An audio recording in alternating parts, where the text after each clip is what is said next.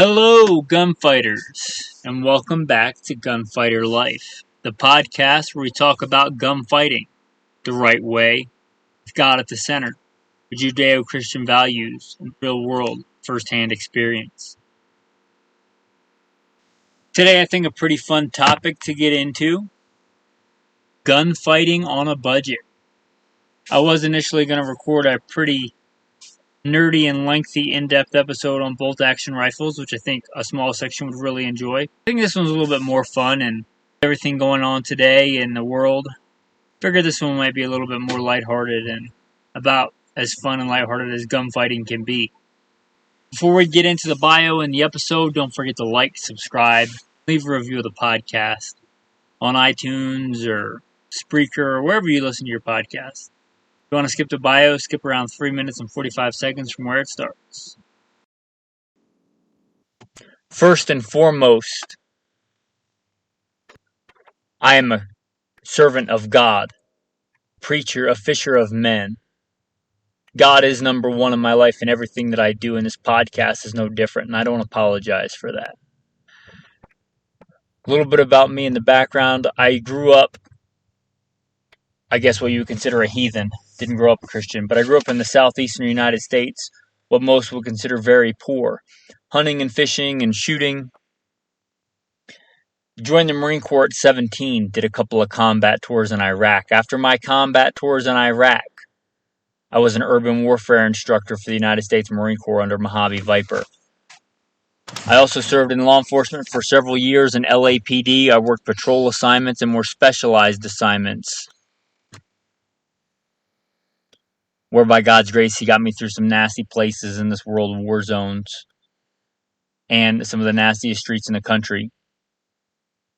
Not because I am better, because God chose to have mercy on me and had a purpose for me, and I'm thankful for that. After my time in law enforcement, I was a private contractor for federal government, for a 3-letter government agency I won't specify, doing private contracting work. I'm very much involved in guns and gunfighting. I also served in the U.S. Army, both full-time and part-time National Guard. I should say my primary MOS is in both branches of the military or infantry, as of one sort or another. Specialized infantry in the Marine Corps and an MOS that no longer exists. I started competition shooting even before I joined the Marine Corps at 17. I won my first gold medal even before I joined the Marine Corps at 17. I've been blessed by God with the talents He's given me to win more shooting competitions than I can remember. I've won most of my competitions in rifle and pistol, but I've also competed in archery and shotgun and even muzzleloader, knife throwing, hatchet throwing. I've competed in all that. I've also been a professional big game hunter and guide. Like I said, I grew up hunting and fishing and shooting. I've done it to put meat on the table because I like to put food on the table with the talents God's given me. I don't apologize for that. I've done it as a professional hunter and guide. I've slain all manner of beast and guided for all manner of beast. Bear and wolf and elk and deer, mule deer, whitetail deer. I've slain ram and fallow deer and countless animals, and I don't apologize for that either. FBI certified, firearms instructor, NRA, and a bunch of other 3-letter government agency certifications. Blessed be the Lord my rock, who trains my hands for war and my fingers for battle. Psalm 144.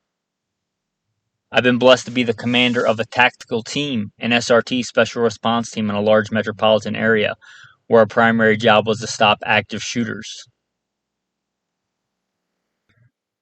But again, first and foremost, I'm a servant of God, called by God to share the good news, preacher, a fisher of men.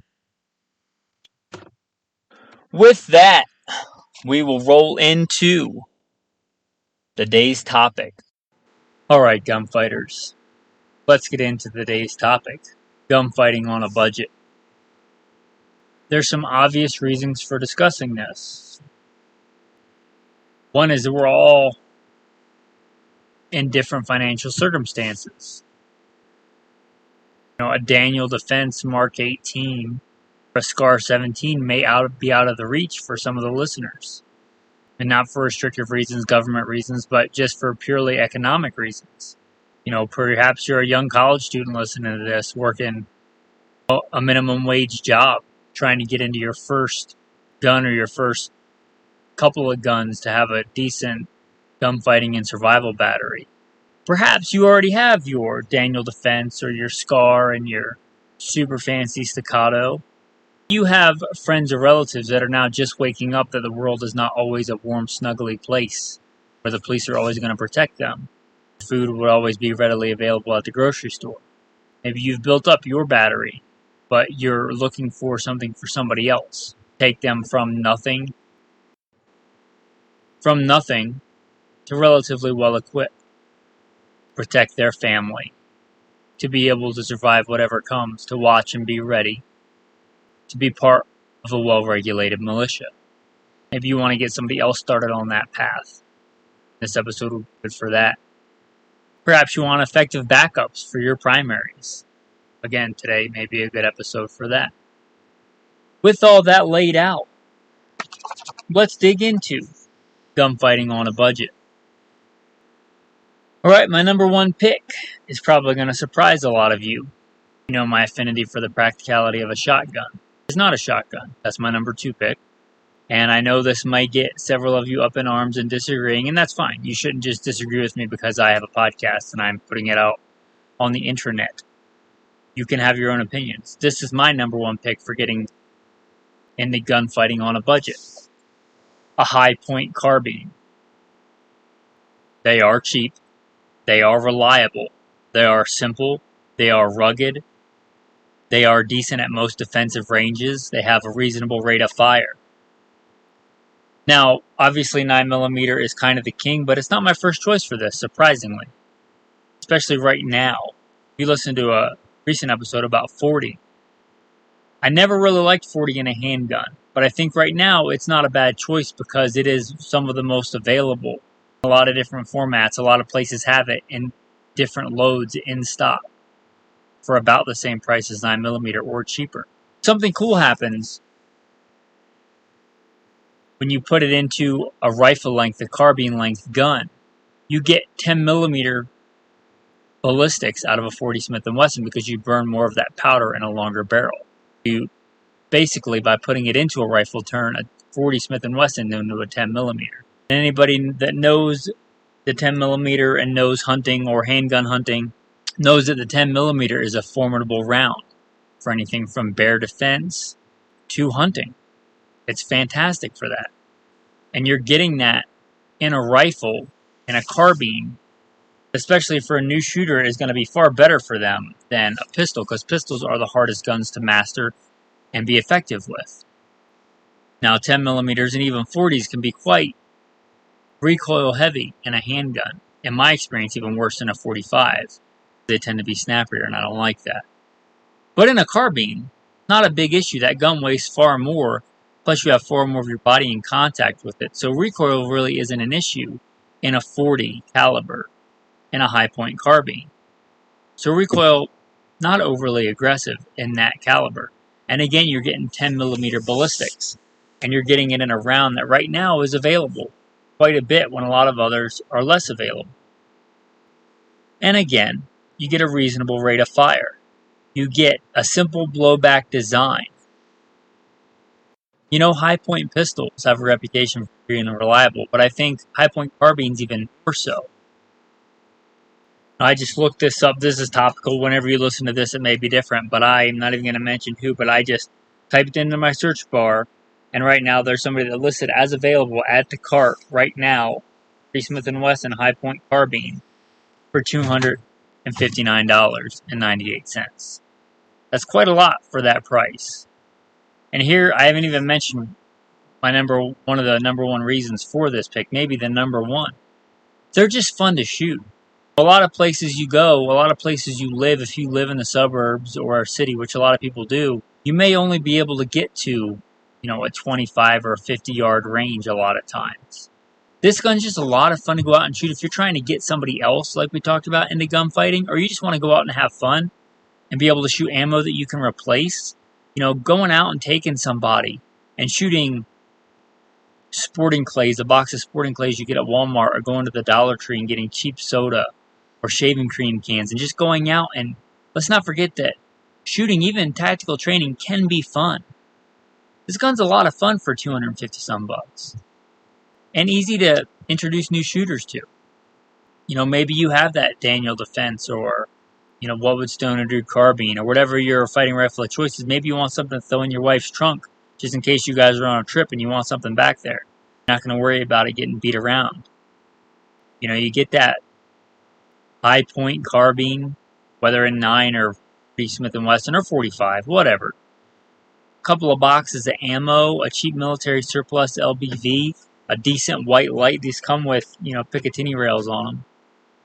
A good defensive load for a box of ammo. A couple of magazines. You're into the whole thing for what? $300, maybe $350. And you got a pretty decent loadout in your trunk. Or in your house, sitting in your closet. FMJ rounds in that are not a horrible choice for smaller game. And again, the 10mm ballistics you get with the 40 are not bad for medium-sized game, deer and such, if you have the right bullet construction. All that for that price, that's hard to beat. I had to think long and hard about that. That's my number one pick. And again, if you disagree, write me, leave me a comment. GoodShepherdTraining.com. Let me know what your pick is. My next pick, the powerful, the versatile, I think the best all-around apocalypse gun, as I've stated before, the shotgun, 12 gauge, Maverick 88. If you don't know the Maverick 88, it's kind of the budget version of the Mossberg 500, a very proven design, a very robust design. And I haven't heard anybody badmouth the Maverick 88. In fact, I have recent experience with the new Remington 870s, and it kind of sucks. Thing doesn't work with field loads, doesn't work with slugs, jams. You'd think a pump shotgun pretty reliable. At 870, not reliable at all. Brand new. Bought it brand new a couple weeks ago. Doesn't run. The Maverick 88, never heard of one of those having issues. I'm sure one or two have issues. Anything mass production, they may have issues. I haven't heard of any from the Maverick 88. Again, it's a Mossberg 500 design. A lot of the accessories will or may fit for the Maverick 88. And, the 12 gauge, it does things that the other 12 gauges do. It's probably 80% as good as my Benelli M2 is. That costs maybe 10 times as much for most things. Is the Benelli M2 faster? Yes. Does it have a really nice chrome line barrel? Is it super accurate? Yes. For most things in field conditions, it'll do pretty much everything that gun will do. And it'll do it for, I just looked it up, topical. It's within about a penny of the high point 40 caliber carbine. $259.99. I just looked it up. Listed as available but in store only. But that's I don't know when you're listening to this and what inflation's going to do, but man, for the cost of stuff right now, that's like a tank of gas and a couple of steaks maybe. Yeah, maybe more than a couple of steaks. But you get my drift. It's not a lot of money. And you get a formidable weapon that can take anything from a mourning dove to a grizzly bear. It's certainly good at home defense. In fact, it's what most police officers carry in a side saddle in their patrol vehicle. Get the Maverick 88, get it in a more field hunting configuration, you can get it in a more home defense configuration. Well, that's a lot of firepower. Let's just say the standard configuration, 5 rounds of double-aught buck, 9 pellets times 5 of double-aught buck, perhaps the most formidable close range one-shot stop weapon you can have for $259. You get that, you get a cheap bandolier to hold your rounds in, you get a side saddle that I just bought a few for like $3 and something, Amazon Prime. You get, let's say, a case of birdshot to hunt and shoot and practice with, which is 100 rounds for, $20 or $30. I'm not going to look that up, but if they're available for $20 or $30, a couple of boxes of buckshot, one to pattern, one to keep, a couple of boxes of slugs to, figure out your point of aim, point of impact, maybe some number 6 shot, and you have a pretty formidable defense and hunting all-around weapon with slugs if you know what you're doing, good out to 100 yards. that can pretty much hunt anything in the world for $250 something. Again, if you do that whole loadout that I just talked about, maybe $350, maybe under that. Again, you know somebody that needs some, they're just waking up to, hey, I might need to protect myself. Or, hey, some woman that just got a restraining order that you care about that needs to protect herself, her home, her family. Taking her out to the range in an afternoon and giving her safety and instruction on 12-gauge shotgun, a 20-gauge would be just as good as well. But having her run a couple rounds to it, showing her how it works. Or, again, just for you to have a backup gun in your spouse's vehicle or in a closet. If you already own an AR and you're looking at a second AR, I would say stop and look at a 12-gauge shotgun if you don't already have one. I don't care how nice that AR-15 is. I don't care how nice the 77 grain match ammo is. I don't care how cool it looks on Instagram. It's not much good for hunting doves. It's not much good for putting meat on the table or for even fishing with. Yes, you can fish with a shotgun. You've heard my background. I can count on both hands the number of gunfights I've been in my life and have fingers left over. I can't recall the amount of times I've had to eat in my life. A shotgun is better for putting food on the table than pretty much any other weapon. The Maverick 88 would be my top choice. I know it has a good reputation. It's been around a long time. My second top choice in the shotgun realm is going to be the G-Force. G-Forces, it's a newer brand. They're made in Turkey. And I kind of hate to say this, but I wish that I had gotten one of those instead of the Remington 870 that I just bought. I got the 870 because I used to be a cop. LAPD, we ran the 870s. Those old police magnums were phenomenally fantastic and robust and reliable. This new 870 that I got, it ain't reliable at all. I thought it was just the high-pressure slugs were getting jammed in the barrel. But even birdshot last time I went out hunting with the dog were getting caught in the barrel. Like, I have the mortar sometimes, bang it on the ground to get it open. I've not heard any complaints about the G-Force arms. They come with a chrome-lined barrel, which I assumed the rough chamber in the 870s was giving me the issues. The G-Force makes a lot of different models, from the more practical to the more tactical. Those would be my second choice. My third choice, Hatfield. You can get these at Walmart for $100, I think. Last I got one as a loaner to loan out to people or to keep in my wife's trunk. I think for under $120 with tax and everything from Walmart. You make them in 12 gauge, you make them in 20 gauge. I think they make them in 410. The reason it's a third pick because it's a single shot, so you give up that reasonable rate of fire. But a 12 gauge single shot with double aught buck is a whole lot better than nothing. And it's a fine hunting implement. I grew up hunting with single shot shotgun. Put meat on the table with it. And for $100, if that's all you got is $200, you buy the $100 Hatfield.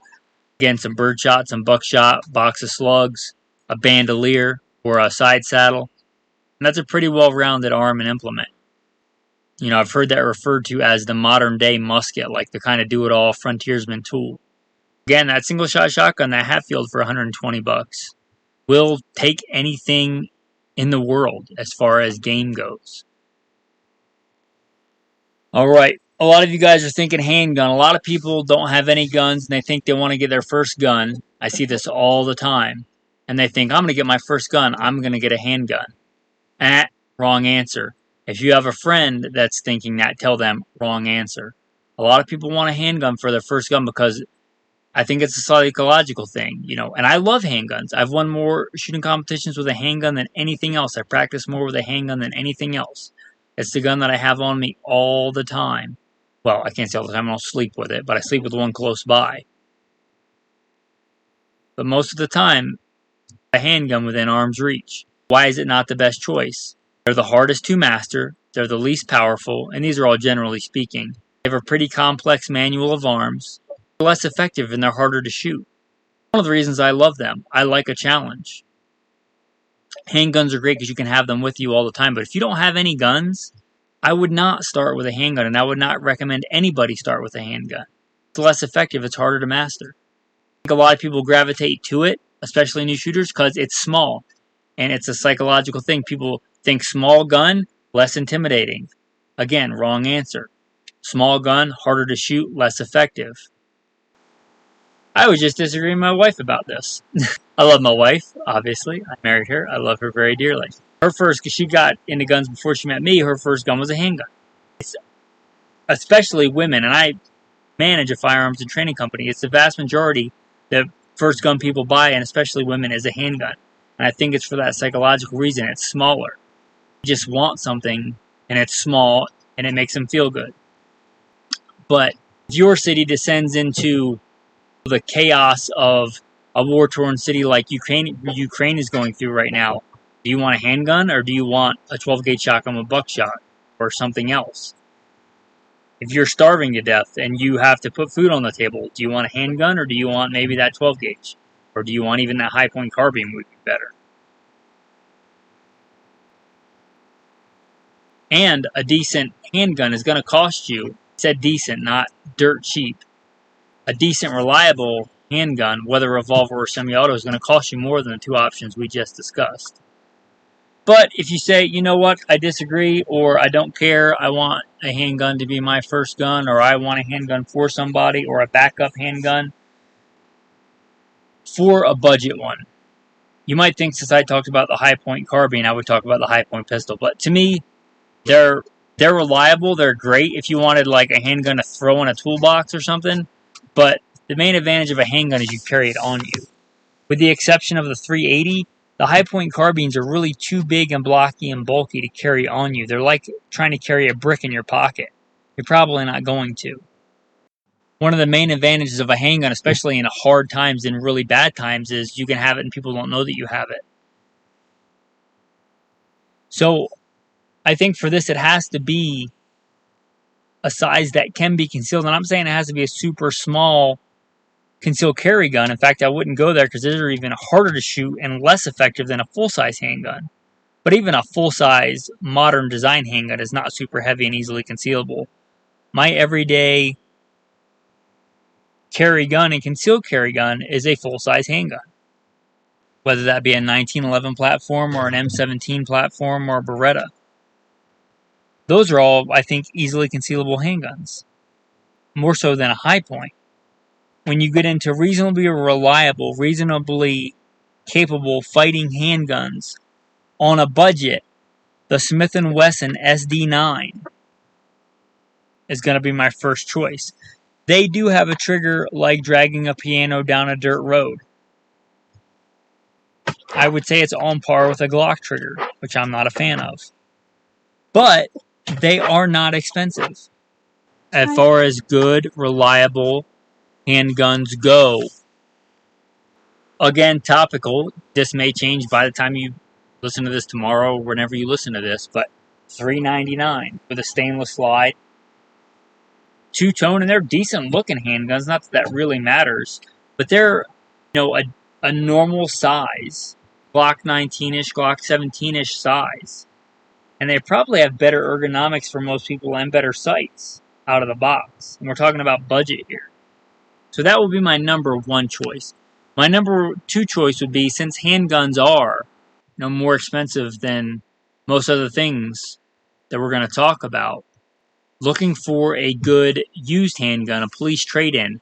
And since Glocks are such a big part of the market, a used Glock, it's really hard for somebody to shoot let me put it this way. I have seen plenty of Glocks break. But the vast, vast majority of people that buy handguns do not shoot them enough to break them, especially Glocks. Glocks are meant to go a high round count. That's one of the things I will say about a Glock. They have a trigger like dragging a piano down a dirt road. They may have sights like trying to aim with a golf ball. But as far as semi-automatic handguns go, they have the reputation for being reliable, and I think they deserve it.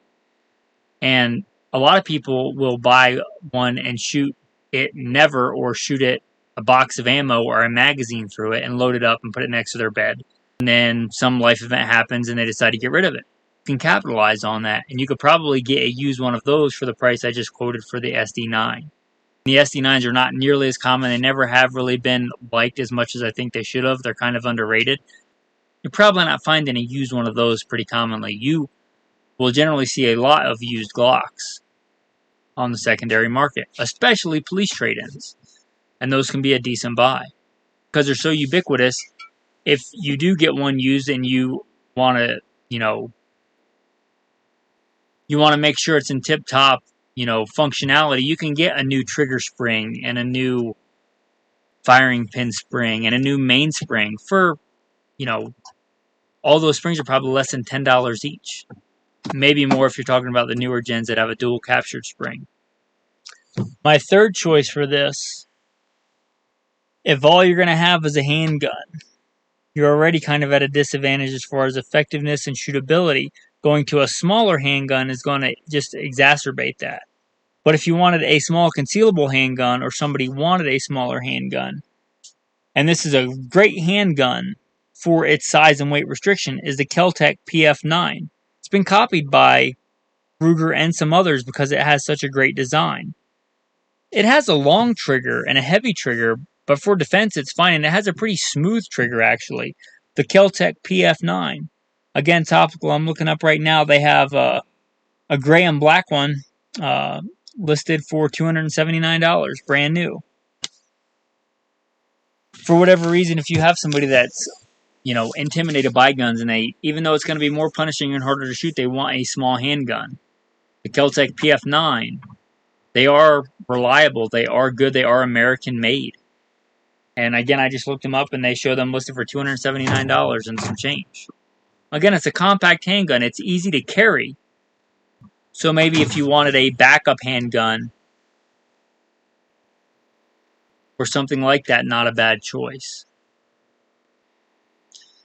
I will end on the 22. I love the 22. I do a lot of my practicing with a 22. You may not think that with my background, but I've talked about it before. The 22 is great for practicing the fundamentals. And I don't care how good or how tactical or whatever a shooter you are, you become a master by mastering the fundamentals. 22 is great for that. 22 is also a great small game round, and a lot of people think it's like the optimal times get tough, dirty fan kind of tool. I don't, but I think it's a good choice. Not the best choice, but a good choice. The issue is that when I was too young to buy a gun and have my mom go to Walmart and buy my first Ruger 1022, they were $100 and some for the stainless version. They're not that cheap anymore. They're not overly expensive. Again, if you're talking about somebody that doesn't have anything and you want to equip them, I think they're probably more than a high point carbine and a center fire pistol round. If you wanted to go that route, I wouldn't tell you were wrong. 1022 is an awesome gun. I really enjoy them. I really enjoy shooting them. But this is the Budget Gun Podcast. And sadly, since Marlin got bought up by Remington and they went bankrupt, I don't believe the Marlin Model 60, which was always a decent budget choice, is being made at all. Rossi makes the Rossi Rimfire 22LR. It lists the MSRP on their website is $159, which means you could probably find it quite a bit cheaper than that. Again, that's MSRP, $159. And it's a semi-automatic, magazine-fed 22LR. And even looks like it has a decent set of sights. Now, I've never run these personally. I've had my hands on one. I haven't actually shot them, but I haven't heard anything bad about them. So assuming that it functions well, if you wanted to go that route on a budget, that'd probably be a pretty decent option. Because this is gunfighter life, and if you ever did have to use a 22 for defense, it would work. I think you would want a reasonable rate of fire, so semi-auto is probably your way to go on that. And I can't mention or skip over good budget values in 22 without mentioning the Heritage Rough Riders. They are a single-action revolver, so you don't get that reasonable rate of fire unless you're really, really, really going to train with it. But generally, you can get those, and you can even get them with a 22 Magnum cylinder, so you get both calibers. Just check one of the big box stores. They list them for $149.99, and they make all different configurations. Basic, 46-inch single-action cowboy-looking revolver and 22 long rifle, 22 mag. Wouldn't be horrible to have in a pack or having a backup, again, in a car as a spare. Giving it to somebody that needs a gun, and if you don't get it back, you're not going to cry about it. Or, great for practicing the fundamentals of shooting a handgun, because, again, they are probably the most difficult weapon to shoot well. Teaching new shooters, taking somebody to the range. If you want to introduce them to handguns, that's a good thing to introduce them on. And, skill is a much bigger factor. Obviously, you can't be a gunfighter without a gun. You're just a fighter. But I tell you what, I would rather have a dude with a high point carbine in 40 that went out and practiced with it and went out and shot competition, PCC division in USPSA and kept at it and ranked reasonably well, or went and actually took a course, a defensive course with it, or the same with a shotgun. It had that weapon that was practiced with it, that knew where to hold, that had actually practiced reloads under stress, than the dude that has, a Mark 18 that has only went to the range and shot it off a bench, spends a bunch of time eating Cheetos and reading, forums on what the best ballistic coefficient ammo is. Or let me put it to you this way. You're in war-torn Ukraine right now. You have to get from one side of the city to the other. You can have a dude that's got a Mark 18 and the best magazines and the best body armor. It's only ever taken it out to the range once 2 years ago and zeroed it, kind of. Or I can give you a decently well-trained SWAT officer with, a 12-gauge shotgun with buckshot and slugs and a Smith & Wesson SD9VE on his hip. Skill is more than going to make up for the budget tools. Obviously, you don't want the best that you can get, but again, for some people, the price is a real thing. I'd rather have somebody with a Maverick 88 12-gauge that can have a couple hundred rounds and get out and train, have some birdshot, buckshot, and slugs, than dreaming about the Benelli M4, which is by all means a better combat shotgun. Isn't going to be able to get it for 2 years and something bad happens before then.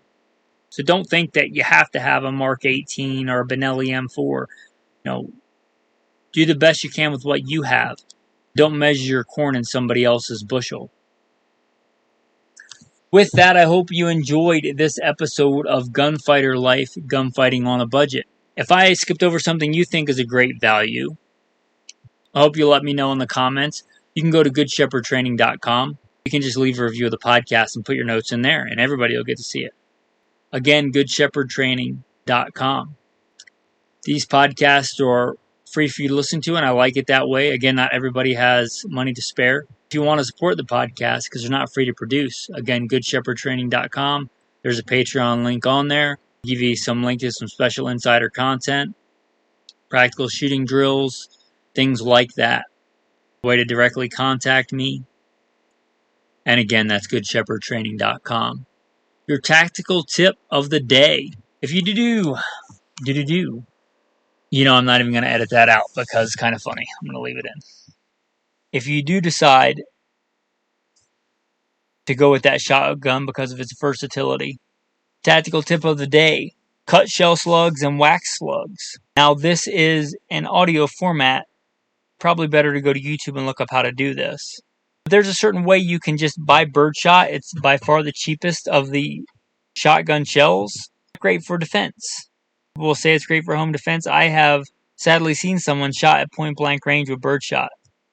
It's not a great defensive round. I'll just put it that way. You can cheaply and effectively, especially at most defensive ranges, turn birdshot into a quasi slug, meaning all the pellets stay together inside the shell by cutting it in a certain way. These are called cut shells. Again, audio, not the best format to tell you how to do this. Basically, you cut most of the way through the shell where the wad is, so that the pellets fly out of the barrel and stay together. You need a certain kind of choke for this, or lack of choke, I should say. If you don't even know what I'm talking about, go check out the other shotgun episodes. We do whole episodes on shotguns. And the wax slug takes a little bit longer to do. The cut shell you could kind of do on the fly if you had some shells in your pocket. The wax slug is you cut the very top off where the pellets are and you pour, like let's say candle wax or paraffin wax down in there, and it makes all those pellets stick together. And they can be very, very nasty and very, very devastating in defensive situations. So that's your tactical tip of the day. Your tactical verse of the day comes from the book of Romans. For if by one man's offense death reigned through the one, much more those who receive the abundance of grace and the gift of righteousness will reign in life through the one, Jesus Christ. With that, gunfighters, I hope you liked this episode. Thanks. Have a blessed day.